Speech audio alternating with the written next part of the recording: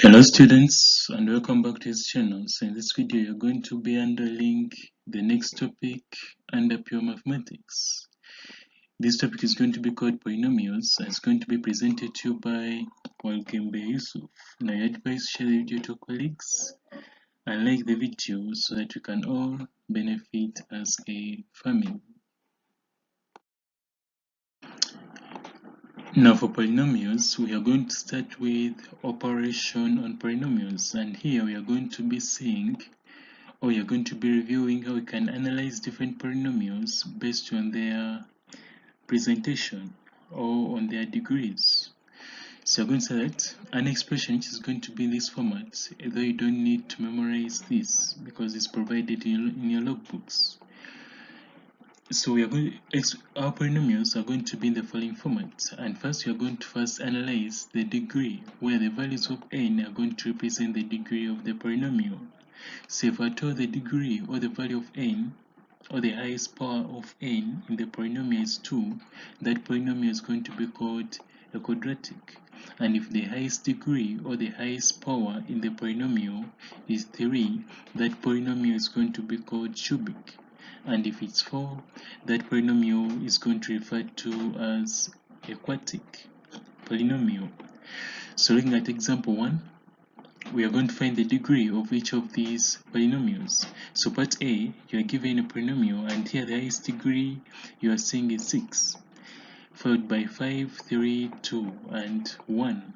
When you talk about degrees, we are talking about highest powers raised to the unknowns of x. So in part A, the highest power raised to the unknown of x is 6, and in part B, the highest power raised to the unknown of x is 4. That means that the degree of these polynomials is simply the highest power which has been raised to that specific polynomial. Therefore, looking at that solution, for part A, we are going to say that since the highest power of x in that polynomial is 6, then therefore the degree of that polynomial is going to be 6. So the degree is simply the highest power which has been raised to the unknown in your polynomial or in the given polynomial. So if you look at part B, x power 9 was the highest degree because we first have to do a rearrangement. So I messed up by bringing this one first. So doing the rearrangement, you analyze that the highest degree or the highest power on the unknown of x was 9. So that means that the highest degree or the highest power of x is 9, and therefore its degree is also going to be 9. So we analyze the degree of a polynomial simply by looking at the highest power present in your polynomial. Now looking at example 2, we are saying that given the following polynomials, first, polynomial f of x is equal to 3x power 4, then plus 2x squared, then minus x plus 7. So you are required to evaluate f into 0 and also f into negative 2. Now if you look at this, if you let this function or the polynomial with what they are telling you to solve or to evaluate, you analyze that what has changed is that instead of f of x, we have replaced the position of x with 0 in part A, and in part B we have replaced the position of x with negative 2. So that means that we simply, where there is x in our polynomial, for part A, we substitute with 0, and then we get the required answer. So that's why for part A, the solution is going to be f into 0, where there is x, we substitute with 0. Wherever there is x, we substitute with 0. Now putting everything in the calculator, you're going to end up with positive 7. We do the same to part B, where there is x, we put negative 2. So it's going to be 3 into negative 2 power 4, then plus 2 into negative 2 power 2, then minus negative 2, then plus 7. If you substitute everything into the calculator, you're going to end up with positive 65. Now with that, let's proceed on to the addition together with the subtraction of different polynomials. Now here we are going to say that for polynomials can only be added or subtracted simply by collecting together terms of the same degree. So in general, the result of adding or subtracting in polynomials is going to be based on coefficients of the values. So for example, if you look at example 3, this x is not present. You are being told that given the two polynomials f of x being equal to this and also another polynomial which is g of x to be equal to that. So first you are going to add polynomial of f of x to g of x. Now what you should note here is that when you're adding polynomials, we add them according to the degrees on the values of x. That means that we collect like terms, x cubed, we collect it with x cubed. Also x squared, we collect it with x squared. And also negative x, we collect it with negative x if present. And also values, we correct them with their fellow values. So to add polynomials, we add them based on the coefficients of their unknowns. So first we have to first rewrite the given polynomials. So f of x is this, and then g of x is this. So after that, we collect like terms, x cubed with x cubed. That's why you're seeing that here. We go through x cubed and then we added it to this x cubed. So this bracketing is called correcting like terms in terms of the unknown values. Then plus negative x, then plus also values alone. So simplifying this, since they're having the same coefficients, we simply add them. So 3x cubed plus x cubed, you get 4x cubed. Then 2x squared minus x squared, you end up with x squared. The negative x, you shall end up with negative x. Then 4 plus 7, you end up with plus 11. And that's how we do addition of polynomials. We add them according to the coefficients present on the values. So now proceeding, we also look at subtraction of polynomials according to the same principles. Still we correct like terms. So first we have to first rewrite our polynomial of f of x. We also write our polynomial of g of x. Then after that we collect like terms. It's going to be 3x cubed, then minus x cubed. We also correct like terms for x squared. So it's going to be 2x squared minus x squared. We also collect like terms for x. For x was alone, that's why you're saying we are writing it as negative x. Then you also correct the values alone. So we are going to have 4 minus 7. If you observe here, this negative, when you're opening up that bracket, when you're opening up this bracket, this negative has to affect each and everything inside. So it's going to be negative x cubed. That's why you're seeing here we are having negative x cubed. If this negative opens up this bracket, it's going to be positive x squared. That's why you're seeing here plus x squared. And then this negative also multiplies this positive 7. That's why you're seeing it here to be negative 7. So you have to pay attention there, or you have to bracket your work during calculations. So proceeding, after correcting like terms, 3x cubed minus x cubed, you end up with 2x cubed. Then x squared, 2x squared plus x squared, you end up with 3x squared. Then here, you end up with negative x. Then 4 minus 7, you end up with negative 3. Now proceeding to multiplication of polynomials. Proceeding to multiplication of polynomials, we are going to say that when two polynomials are multiplied together, each term of one polynomial is multiplied by each term of the other polynomial. Now here, this simply means that for this one, there's no need to collect like terms. But simply if you're multiplying one polynomial with another, either x squared can multiply any value of x raised to any power. For example, x power 6. When you multiply them, same basis, we just add the powers. So we are going to be using the range of indices under this, which was the first video we looked at on this channel under pure mathematics or in this playlist. So we're going to say that in general, the product of any number of a polynomial is also a polynomial, and we are going to see this in examples. So example 1, given that we are having two polynomials, f of x being equal to x power 4 plus 4x minus 1, and then g of x being equal to this function. Then you are going to find the simplest format, the product between f of x and g of x. Then you also find the product, the summation of the rise of f of x together with 4x multiplying g of x. So you're going to handle them separately. Now let's look at the solution. So for multiplication, first of all, we have to first rewrite the given functions. F of x is represented by this, and then g of x is going to be represented by this. So after that, we say that for polynomials, each and every value has to multiply this bracket, just like we open up brackets for the other mathematical terms or unknowns. So x power 4 is multiply this bracket, then plus 4x to multiply this bracket, then plus negative 1 to multiply this bracket. That's why you are seeing this step right here. X power 4 multiplying gx, also for x multiplying gx, also negative 1 multiplying gx. So you have to open up the brackets. So x power 4 times x power 4, you end up with 2x power 8. Then x power 4 times x cubed, you end up with x power 7. Then x power 4 times negative 4x, you end up with negative 4x power 5. So if you open up this bracket too, you end up with 4x times 2x power 4, you end up with 8x power 5. Then 4x times x cubed, you end up with positive 4x power 4. Then 4x times negative 4x, you end up with negative 6x squared.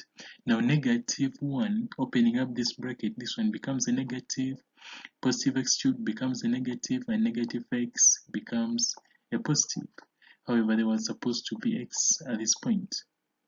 So trying to simplify this, now here, if you look properly, we are left with addition and subtraction of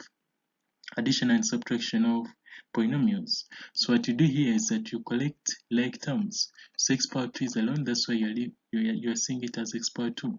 X power 7 is also alone, that's why we left it as x power 7. Also negative 4. Now if you look here, we're having negative x power 5, then plus 8x power 5. And we said for addition and subtraction, we just consider the coefficients. So it's going to be negative 4 plus 8, and that's why you are seeing here positive 4x power 5. Then the others, after correcting like terms, is going to be 2x power 4 minus 4x power 4 minus 2x power 4. Then you're going to end up with positive 2x power 4. Then simplifying others, they are going to remain the same. Negative x cubed minus 16x squared, then plus 4x. So that was the answer that was required. Now going to part B, they told you that you get summation after multiplying 3 by f of x, and you also multiply 4x by g of x. So we shall start by substituting for that. So opening up this bracket, we are going to get this, and opening up this bracket, we are going to get this. Then we are left with addition and subtraction of polynomials. And with that, we simply, since we are left with addition and subtraction of polynomials, we simply collect like terms. So we start with the highest power. So it's going to be 8x power 5, it's alone. Then you go to x power 4, and here you're having 3x power 4 plus 4x power 4, you end up with positive 7x power 4. Then negative 16x squared is alone, you leave it there, and then you bring 12x here, and then lastly negative 13. So when you're writing your final answer, the answer must be in ascending powers. The answer must be in descending powers of x, as in your polynomial. Now, having looked at that, let's look at division of polynomials. Now here I'm saying that before we look at the technique of dividing polynomials, it will be very useful to recall a technique used in the division of numbers. So let's look at the technique we use when you're dividing numbers, especially those ones that give remainders. So with this, you're going to consider a situation whereby we have to divide 19 by 5. Now if you divide 19 by 5, you're not going to get a whole number, but rather you get 3 as a whole figure, and then you get a remainder of 4. And simply we can introduce that by saying that dividing 19, if you divide 19 by 5, it's going to be the same as 3, and then you get a remainder of 4 divided by 5. So this is what we call an improper fraction. So for it to convert back to 19, it's going to be the same as 5 times 3 then plus 4, as you looked at it in your P7. So you're saying that here 3 is going to be what is called the quotient, then 4 is going to be called the remainder, then 5 is what we call the divisor. So never forget that for any polynomial of x, we get it by, getting the divisor, which is 5. So we get the divisor, which I'm going to call gx, which is 5, then times the quotient. Our quotient here is 3. So times the quotient, which I'll present as 12x, and then we add on the remainder, so plus r. So this is the method we are going to be using in division of polynomials. So you're saying that this is going to be the same method that's going to be applied to polynomial division. Now let's look at example 5. So in example 5, you're saying that find the quotient and the remainder of when the polynomial x squared plus 4x minus 5 is being divided by x plus 3. Now here we are going to say that here what you should note is that if at all your polynomial, the highest degree in your polynomial is x squared, that means that your quotient is going to be lower by 1. So if at all the highest degree in your polynomial is x squared, that means that in your quotient, the highest degree is going to be x power 1. I hope that's not so tricky to understand. If at all the highest degree in your polynomial is x power 3, that means that your quotient is going to have a highest degree to be x power 2. So the quotient is always lower by 1 power as that present in the polynomial. So that's why you're saying that if at all we are having a polynomial x squared plus x minus 5, that means that our polynomial is going to be in this format, ax plus b. And we have said that a polynomial is given by getting the divisor, which is x plus 3, then times the quotient. The quotient is going to be ax plus b because we don't know it, then plus the remainder r. And I've said that here, polynomial of x, remember this step, polynomial is given by divisor, which was given, plus quotient. But how are you going to analyze your quotient? If at all you're having x squared in your polynomial, that means that your quotient is going to be ax plus b. If at all in your quotient you're having x cubed, that means that your quotient is going to be lower by 1 power. So it's going to be ax squared plus bx, then plus c. That's how we get the quotients. So we get a polynomial by simply getting the divisor, then you multiply it by the quotient, and then you add on the remainder. So that's why we say that the polynomial is given by the divisor given the quotient, then plus the quotient, which is going to be in the form of ax plus b, then plus the remainder, which is going to be r, which relate to be r. So what you're going to do here, we are going to expand the right hand side as we leave the left hand side constant. So opening up the brackets, opening up this bracket on the right hand side, we are going to have x times x to get x squared. Then you also have x times b to get bx. Then you also have 3 times x to get 3ax. Then 3 times b to get 3b. Then plus our remainder. Now the purpose of this is that you want to correct and you want to see coefficients of x squared on both the left hand side and the right hand side. If at all the left hand side is equal to represents the right hand side. Now this is a symbol showing representation. We did not use equal sign because we are having unknowns on our right hand side. So the symbol that we must use when you're having unknowns is the identical sign or the representation sign. And I'm going to make a note about that. So we open up these brackets and then we collect up like terms according to the coefficients of x. So if you look here, we start with x squared. X squared was only 1 with a coefficient of a. But if you look at x, coefficients of x were 2. We had b plus 3a. That's why we collected them. And then we made x, we prime factorize out x, and then we remain with b plus 3a into x. Then you also correct the values that lack a coefficient of x. I hope you have understood that.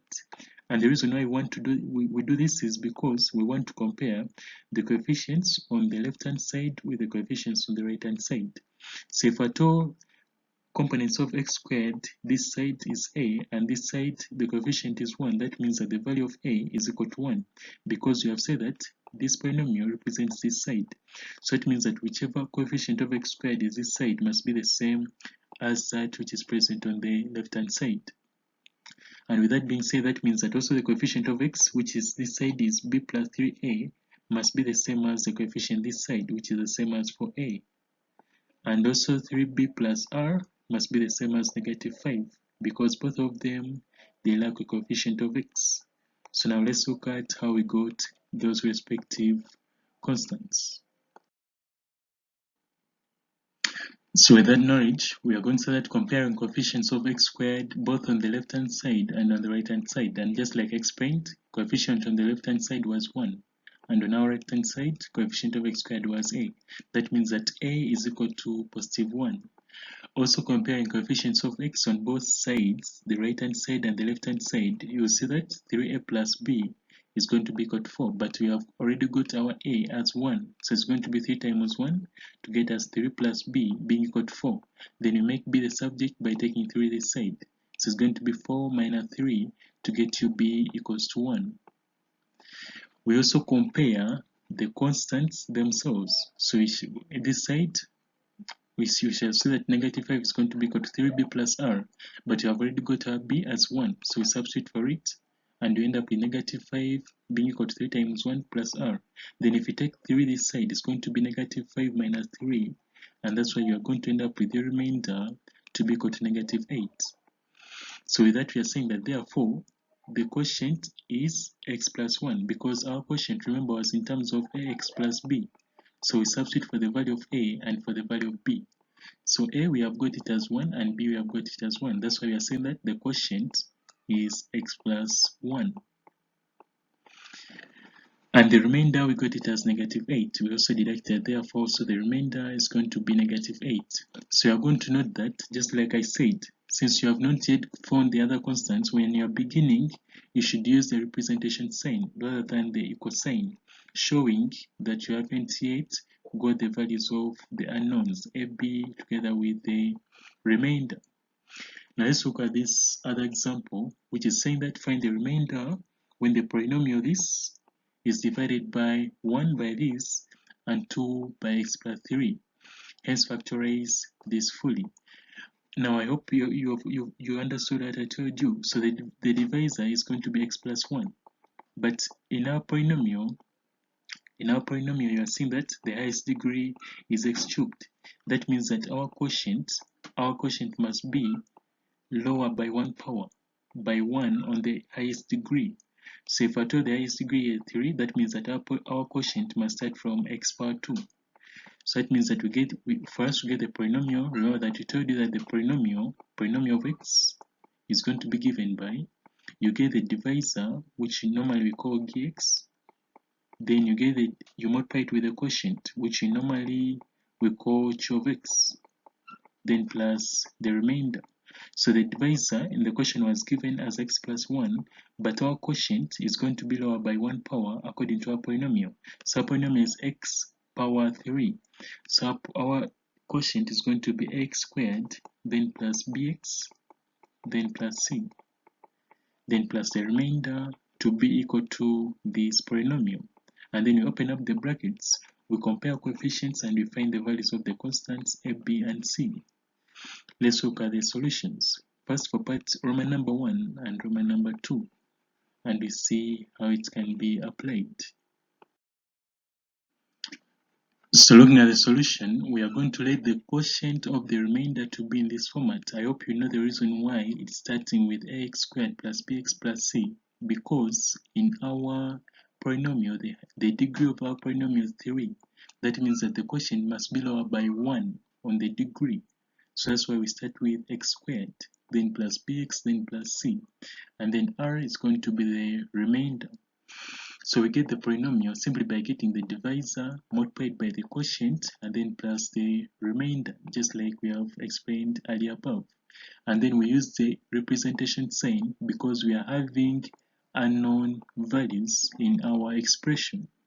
So we open up brackets according to the multiplication principles. So first we start by multiplying x by each of these values present. So that's why you're saying x cubed. If you multiply it with x squared, then you're saying bx squared, because x times bx, you get that. Then x times c, you get cx. Then you also get this one, you multiply it throughout by this all bracket. Now once we do that, when you multiply 1 by this very bracket, you end up with the same very values, which is going to be ax squared plus bx plus c. Then you add also your remainder. Then from here, we say that we collect terms according to the coefficients of x. So first, for those of x cubed, is going to be alone, which is ax cubed, and for x squared we're having this and this, so we collect them together and we end up with a plus b into x squared. We also correct that for x, and we're going to have it as b plus c, and then we also correct those values without any coefficient of x, and it's going to be c plus r. So you're saying that you're going to be comparing coefficients from here. Now looking at comparing coefficients, we compare coefficients this side on the left hand side with those on the right hand side. So if you look here, if you compare coefficients of x cubed, you'll see that this side is a, but this side is 1. That means that a is equal to 1.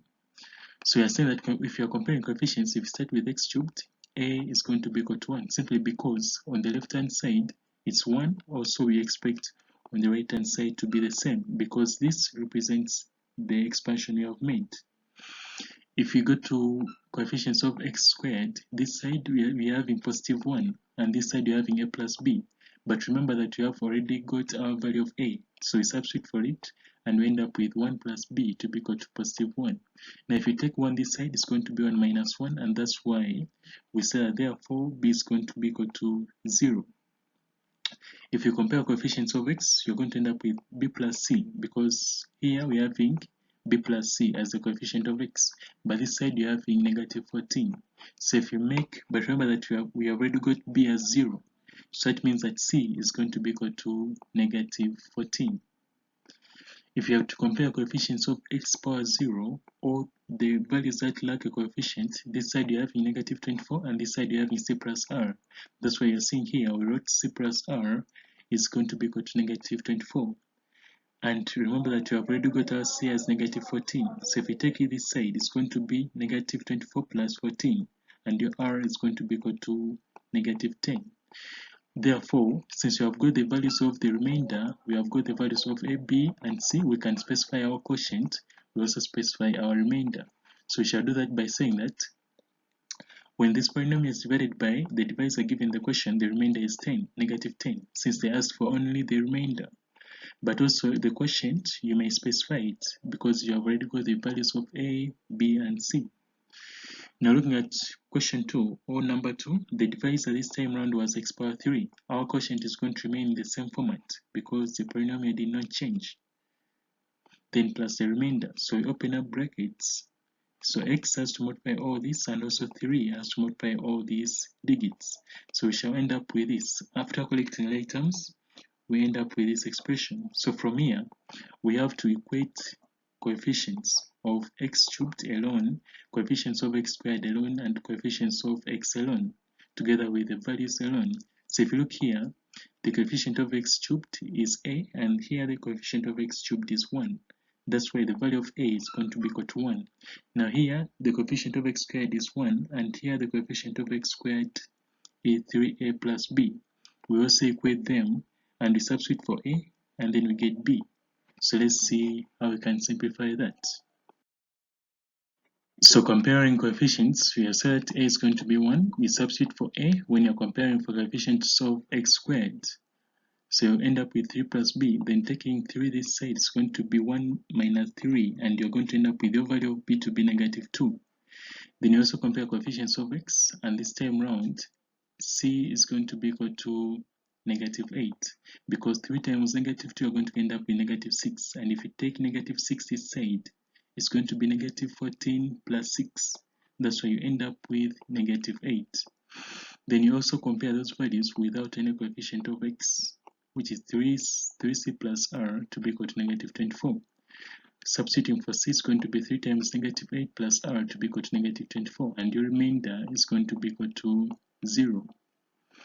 That's why you're seeing that when this polynomial is divided by x plus 3, the remainder is going to be 0.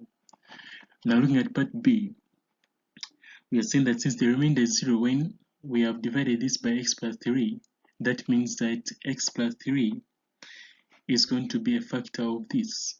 Now here we are going to elaborate this later, but if you get the remainder to be equal to 0 after dividing through by any divisor given, that means that that specific value or that specific bracket you have used is a factor to that equation.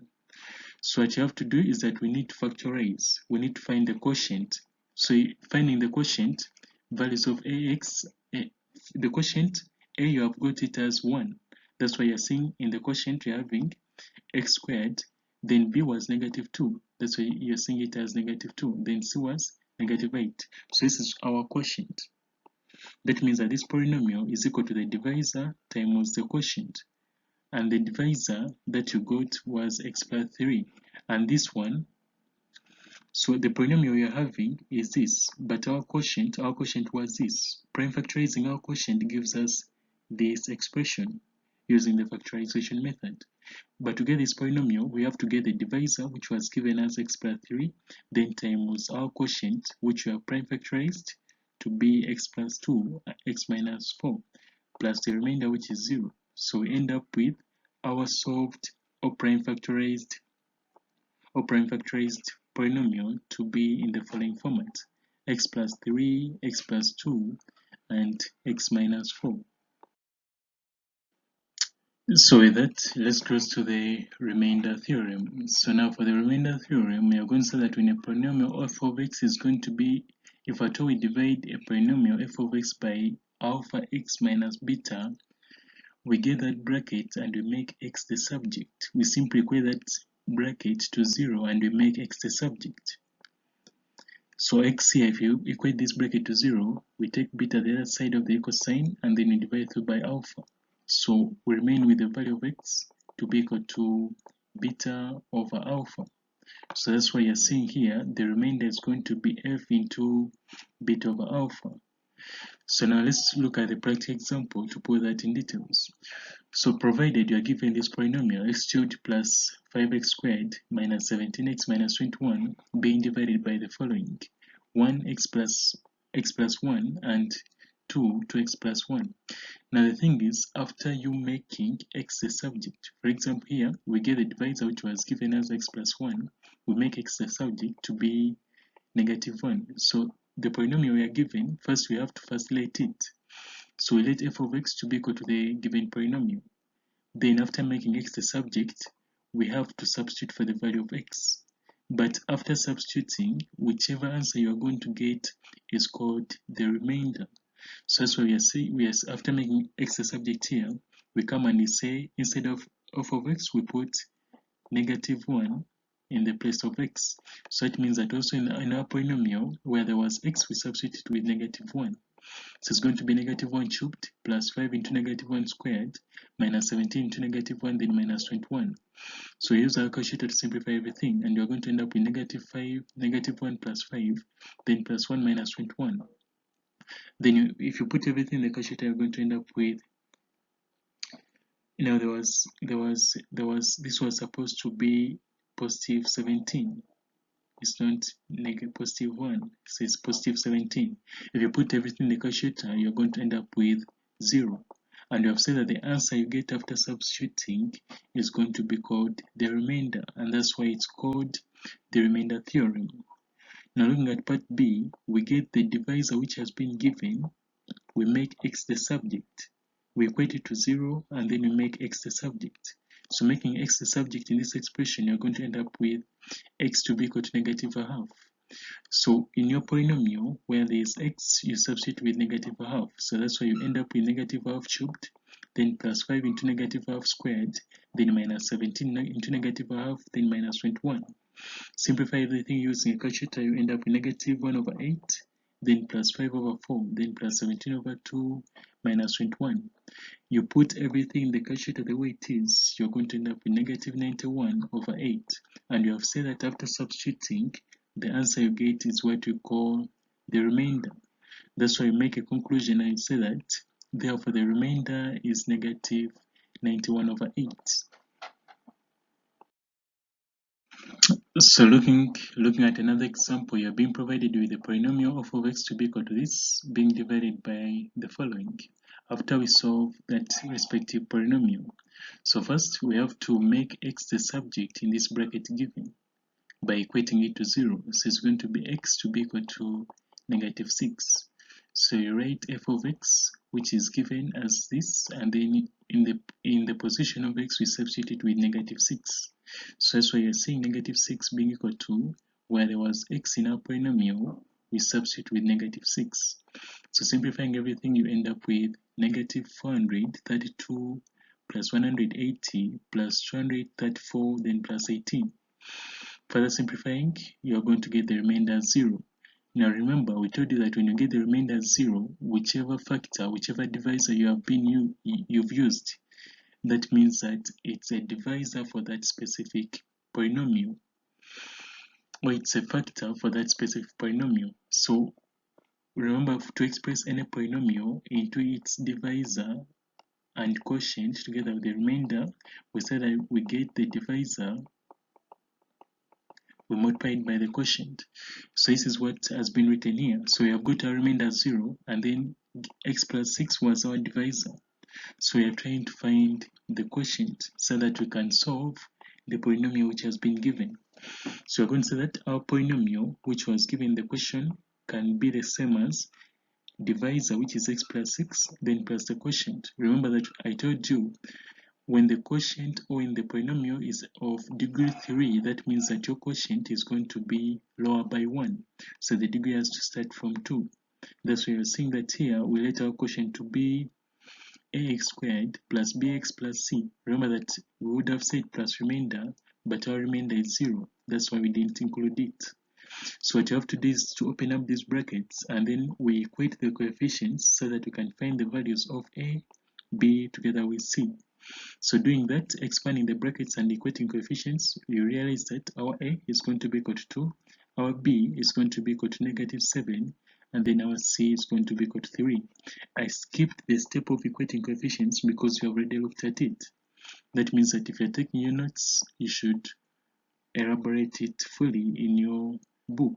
So you're advised to pause the video and you first do that.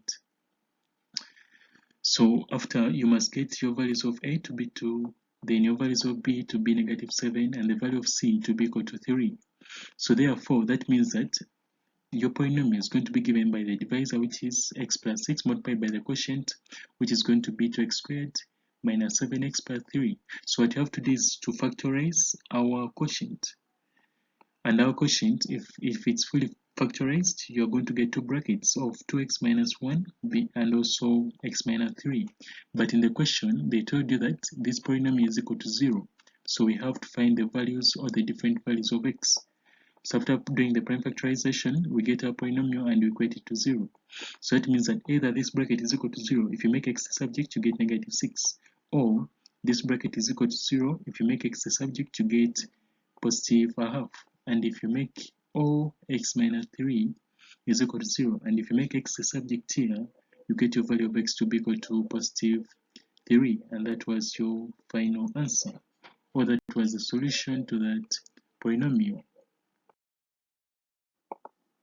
So with this next example, we are saying that given that the polynomial f of x is equal to this.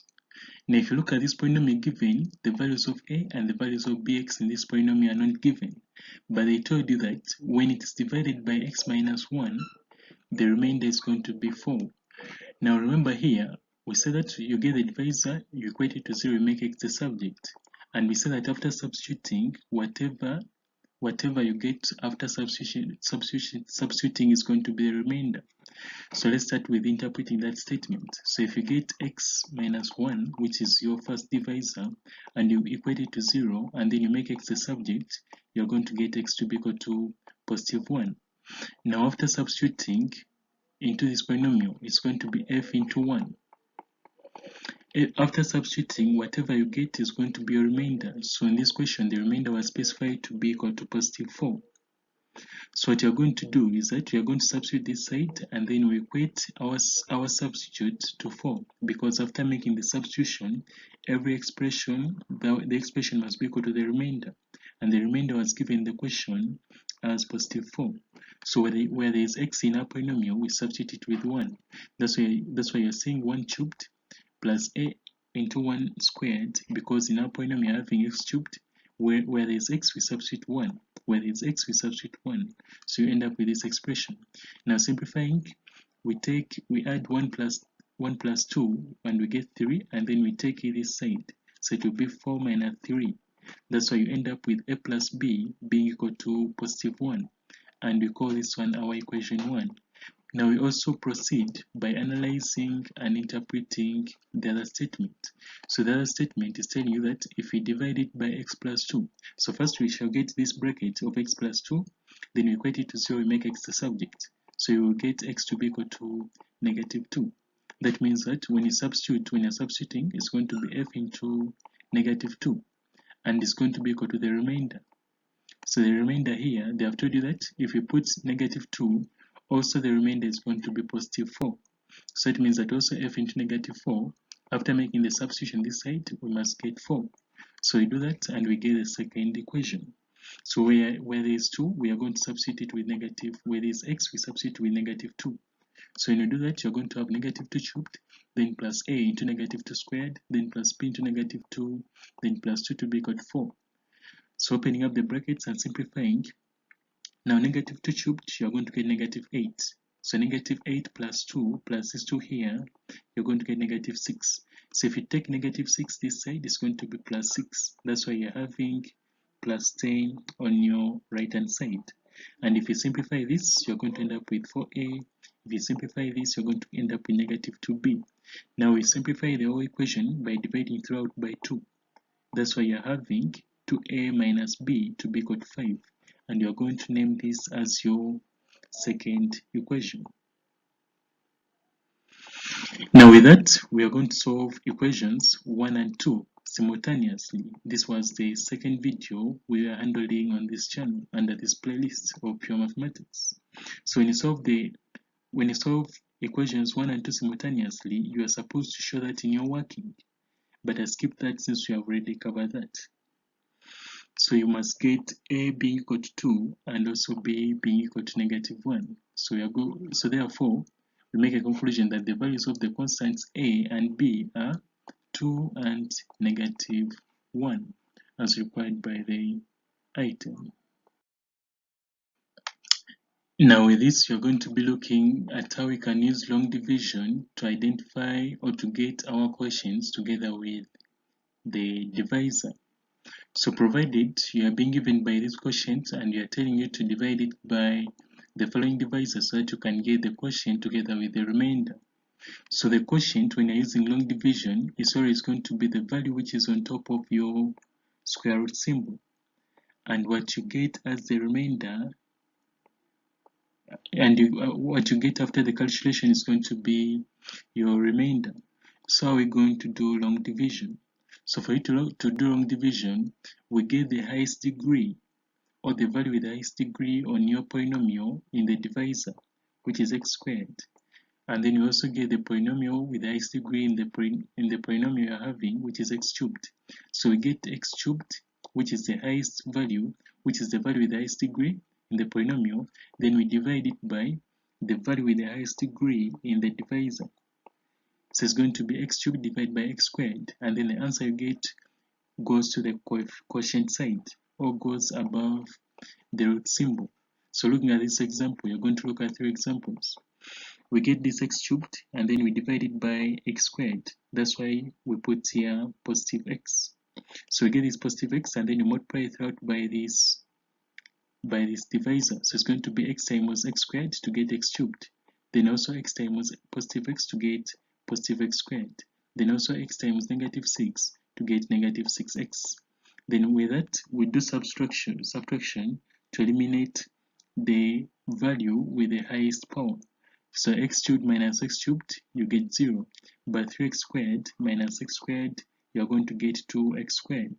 The negative 4x minus negative 6x, you're going to end up with positive 2x. And then negative 12 minus 0, you end up with negative 12.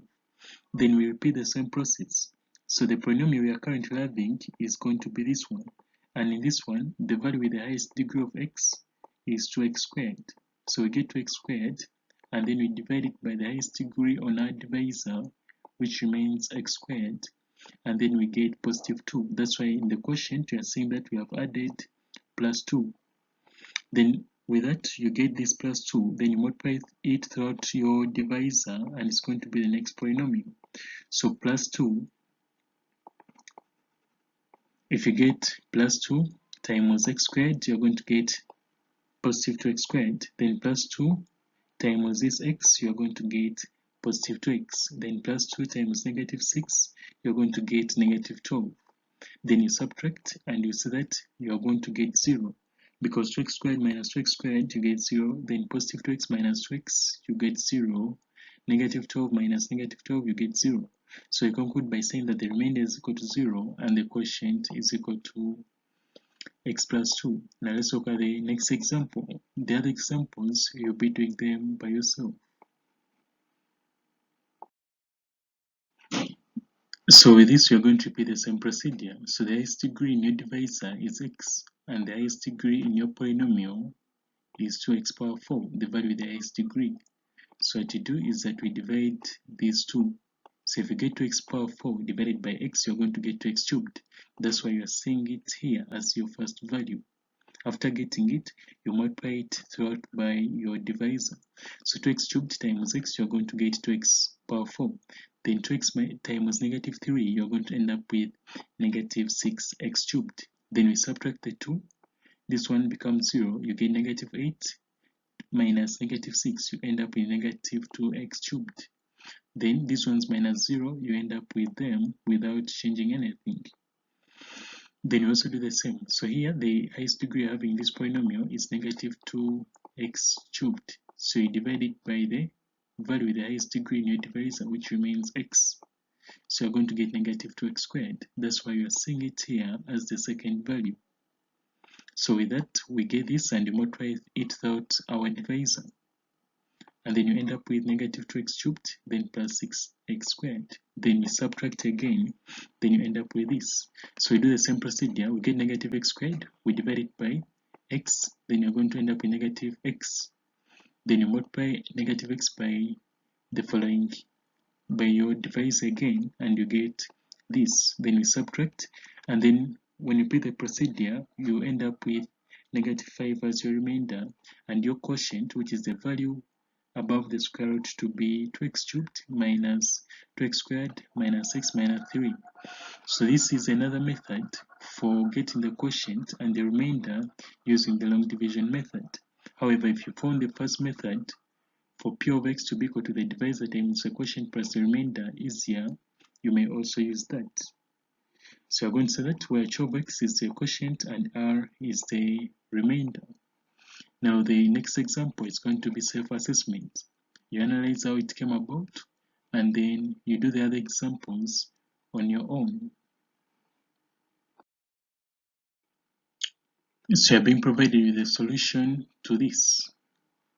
So this is your polynomial given, this is your divisor. So your work is to analyze how this quotient came about and how you came up to get a remainder of 0 according to the above explained examples. Then later we shall conclude that our remainder of x, our remainder is 0 and our quotient is this, which is the value above the square root symbol.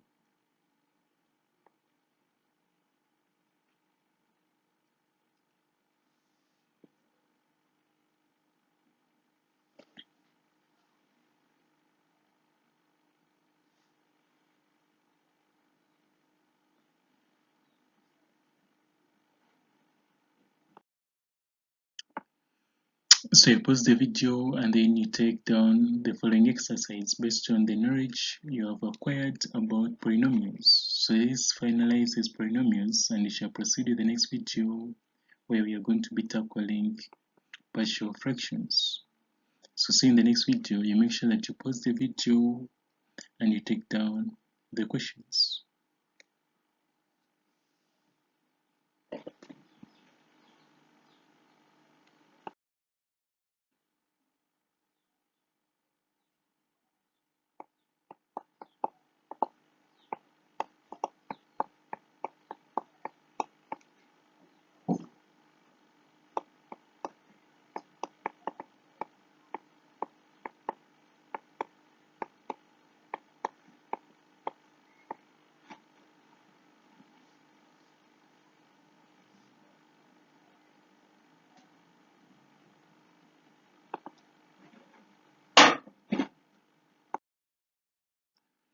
Alright students, this brings us to the end of polynomials as applied to pure mathematics. We'll meet in the next video, which is going to be about partial fractions, probably by the end of this week.